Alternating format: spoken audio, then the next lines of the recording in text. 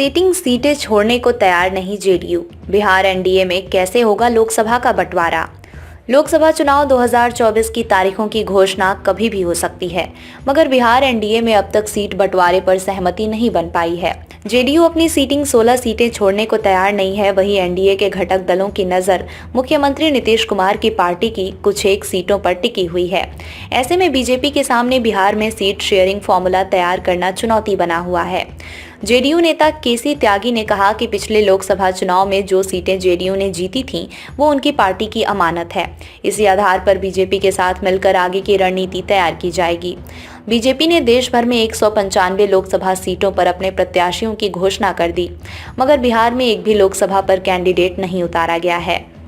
इसकी वजह सहयोगी पार्टियों के साथ सीट बंटवारे पर सहमति नहीं बन पाना है। बीजेपी की 8 मार्च को दिल्ली में इस मुद्दे पर अहम बैठक होने जा रही है।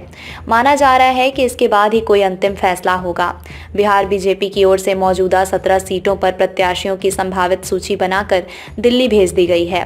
बैठक में इस पर चर्चा की जाएगी। दरअसल हाल ही में बिहार के अंदर एनडीए का स्वरूप बदला है। नीतीश कुमार की जेडीयू ने महागठबंधन छोड़कर एनडीए में वापसी कर ली है। इसके पहले तक बीजेपी के साथ चिराग पासवान की लोजपा, रामविलास पशुपति पारस की रालोजपा, जीतन राम मांझी की हम और उपेंद्र कुशवाहा की आरएलएम पहले से एनडीए में है। बीजेपी ने एनडीए में जो फॉर्मूला पहले तय किया था, उस पर अब नए सिरे से मंथन चल रहा है। बीजेपी सूत्रों के मुताबिक भारतीय जनता पार्टी और जेडीयू की कुछ सीटों में अदला बदली इस बार हो सकती है। हालांकि दोनों प्रमुख पार्टियों की कुछ सीटों में से सहयोगी दलों को एडजस्ट किया जा सकता है। दरअसल एनडीए में शामिल विभिन्न दलों के नेताओं का आगामी चुनाव में कुछ ऐसी सीटों पर दावा है जहां पर अभी बीजेपी और जेडीयू का कब्जा है।